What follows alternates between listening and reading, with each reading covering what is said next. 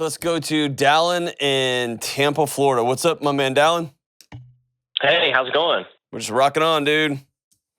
Talking about all kind of crazy things today. What are you up to? Oh, just gearing up for this call. And before we get going, I wanted to say thanks for doing what you do, man. You add a lot of clarity and goodness to the world. So I really appreciate what you do. We need it. I'm grateful for you, man. Thank you. So what's up, dude? So I was trying to figure out some things that are a bit complicated emotionally for me. So I feel like I can't quite see the forest through the trees to make sense of all of this. And so feel free to interject and ask questions if this doesn't have any sort of cohesive statement to it. But so my dad... Cohesive statements aren't really my specialty, but I'll do my best. Right. I appreciate that. So my dad's currently in jail and has been for about a year. What happened? According to the law, I think he had multiple DUIs to the felony level. Okay. And so he had all those that had to get figured out. And from what I understand, he'll be out in 6 months or so. And I haven't been really good with setting boundaries with him in the past. Mostly, and in the past, I mean the more recent past, mostly because I can't decipher what is true and what is not. And I know enough to know that a lot of what he's telling me isn't true, but I think he believes it. I suspect that he has been misusing prescription drugs off and on for the past 20 years or so. And my parents divorced when I was really young, when I was 9. It was in court until I was 18. I had a therapist as a kid and a guardian ad litem, and things were kind of wild back then. But it honestly kind of helped me grow up and taught me a lot. But at the time, my dad claimed that my mom was diagnosed with with borderline personality disorder. But I don't know if I can even believe that. And she definitely had all the earmarks of that from what I've studied, and it makes sense. And my dad seemed to be the sane one. He was really smart, really well-to-do in his career. He was doing, marathons and just really an awesome person. Everyone loved him. And now, fast forward 20 years, and my mom has become the more stable one. My dad has gone off the rails. And so I tend to not give my mom as much grace as I should, because there's a lot we need to work through. Mm-hmm. And I always give my dad the benefit of the doubt, because, he helped me out as a kid so much, being relatively stable. And, but now I don't even know what to believe. And I don't know how to set a boundary or even decide what the boundary is. I mean, I've got a family. I've got a wife and 3 kids and one on the way. So we need to have our own space from that craziness. And he's been in trouble with the law multiple times. And so so this feels busier than it really is. Okay. So I'm super glad that you called. And your dad's in jail, so it's a sensational version, but millions of people are wrestling with, how do I set these boundaries? And so let me say a couple things. These may have been said to you, they should have been, but if they haven't been, your parents' divorce had nothing to do with you. Right? Yes. Your mom had challenges and your dad had challenges, and they should have treated you differently, and they didn't, and I'm sorry. Thanks.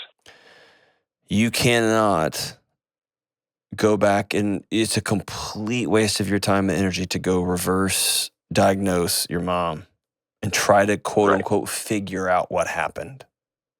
It's an equal waste of time to try to figure out what your dad is trying to, is he telling the truth? Is he not? Is today a good day? Is today not a good day? Because what you're doing is you're waiting on external factors to set your personal and familial boundaries. And that's not how boundaries work. You set your boundaries. What does that mean? If you're going to be intoxicated, you will not be at this home, period. If you are using this season, we're not going to have you around. I don't care if if I feel uncomfortable around you, I'm not. I am going to do holidays this way this year. Right, because I can't even tell. He's so functional with it a lot of the time. I have okay, but you don't want him around. Why don't you want him around? Because I don't trust that. That's it. He's just too. Yeah, he's too unpredictable. So let me be. Sometimes it's great, sometimes it's not. Let me be super clear. The only thing you owe him on planet Earth is respect and dignity. Period. Okay. You don't owe him your time. You don't owe him access to your kids. You don't owe him a bed in your home if you don't want. I mean, you don't owe him. You do have to not be a jerk. You've got to be respectful because that's just human dignity, right? If you start treating him with a lack of dignity and respect, that's hurting you, not him, right? Well, it hurts him, but it hurts you worse. Other than that, you don't owe him. And you're trying to figure out a way to keep your kids safe and to keep your status as his son safe, and at the same time deal with a pinball machine. Right. Just quit. Just quit. So part of me has toyed with the idea of like, do I just not engage with them at all anymore? Because it's such a, I don't know if it's hot or cold. Yes. I mean, he gets really delusional too, to the point where he's like, they're after me. They've been like, it's bonkers. And I'm like, I can't go down that road with you. And then he's like, oh, you betrayed me for not believing me. You're one of them. Right. And I'm like, I can't, like, I feel terrible just cutting him off and being like, I'm not going to have a relationship with you until you normalize. And he's like, but I am normal. Hey, listen, you're going to feel terrible either way. So the question is not, how do I not feel terrible? You feel terrible on both ends. The question is, am I going to choose guilt or am I going to choose resentment? Am I going to choose guilt over, I'm going to feel guilty when he says, you betrayed me, you're one of the alien finders, and I bet you have a secret bunker in the bottom of the Denver airport, right? You're going to feel guilty there. Or you're going to resent the fact that he's sitting on your couch high. He hasn't bathed in a couple of days, and he's given some nonsense to your oldest kid, and he's disrespecting your wife.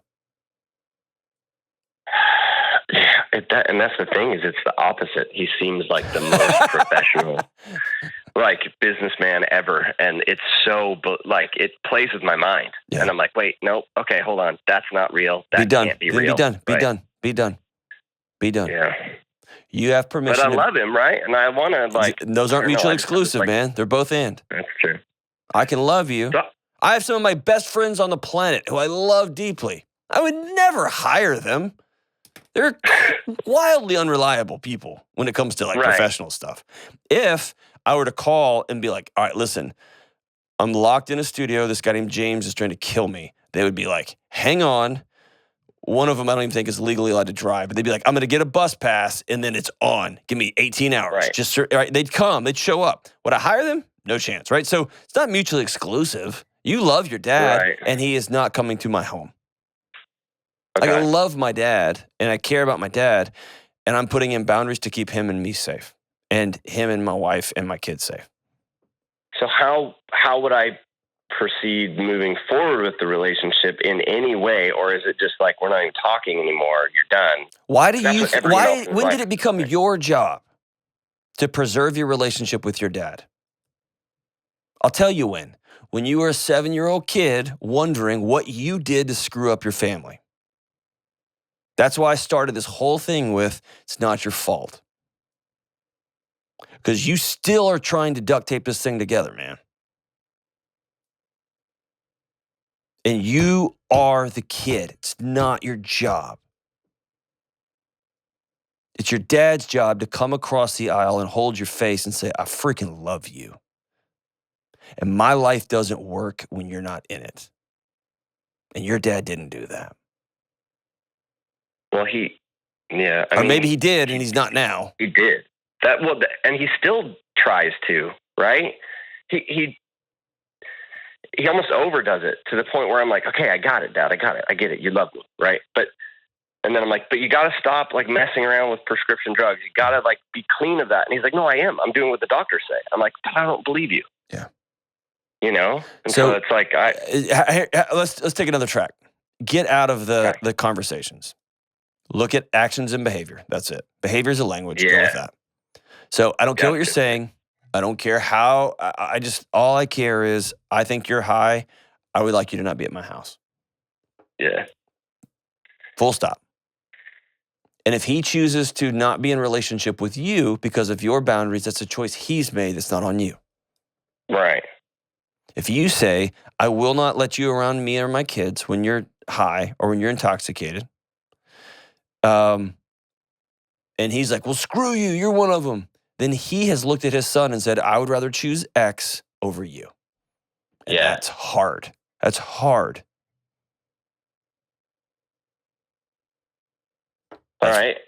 Right? And if everything seems normal and the actions are starting to sound relatively leveled after all of this, is there a way to walk back into that? Or I think so.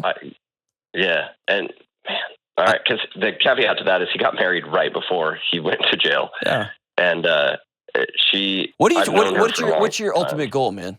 What's your ultimate aim here? I would love to have him stabilize a little bit on that, and then be able to have the good parts of our relationship and not the ones that get delusional. Because whenever we interact and it's not off, in the other land, all of a sudden it's like, hey, we have a good relationship. My kids love him, right? Mm-hmm. Their favorite grandparent, right? And they're talking about him all the time, and they want to, he'll send gifts and stuff. And he's just, when he's here, he'll get down on his knees with them and play with them. And he just is super present, and it's great. But then also there's a giant government conspiracy specifically against him and he has this elaborate backstory. And I'm like, I can't participate in that. Okay. If you can't participate in it, that's a boundary you're drawing, then draw it and hold it and move on with your life, dude. Like you're spending too much time second guessing your boundaries. Yeah. And I think a lot of it is because I give him so much benefit of the doubt when I'm like, okay, I see what you mean. Maybe that's a little believable that, you were texting whatever. Dude, that is the 12-year-old you still trying to be like, well, okay. Here's an outrageous example. What you're describing to me is exactly the conversation I have when somebody's in an abusive relationship. Right. He only hits me when he's really been drinking, and it's fine. And I know usually, what it sounds like. Yeah. Usually it's like I press it, I push it, like I complain and I get to whining, and then he gets mad. And so if I would just shut up, then he wouldn't hit me. And most of the time it's fine. And actually, you know what else? He's so good with my dogs. They love him, and they're so good at character judgment. You see what I'm saying? Point taken, yeah. So you can create there's two fantasies going on. One, the fantasy of the perfect family, of dad coming back and being, that's not real, man. Yeah. It's not real. So you got to live in reality. Yep. And the other fantasy is you can have it all. You can somehow keep the awesome, cool roll around on the floor, and then the guy who is an addict and not safe. Right. And you can't do both. Or you can, but you've got to have some comically strong, really strong boundaries and some really strong implementation guidelines. And a really respectful person who's going to hear your boundaries and go, all right, time to go, and I'm going to walk out the door. And those, man, you don't see that very often. It's pretty rare. It's a very, very special family that can navigate that. All I have to say is this. Be clear about what you're aiming for. And when you aim for it, use reality as a metric. You want a relationship with your dad? Great. He has to come play. He's got to come play. And he can't play most of the time and then be abusive just a tiny bit of the time. He can't play most of the time and then only get high and then come tell you a bunch of stuff that's going on. The government doesn't want you to know about. Your boundaries are your boundaries. They are what they are, and you have a right to them. Make your boundaries firm and strong. Hold to them.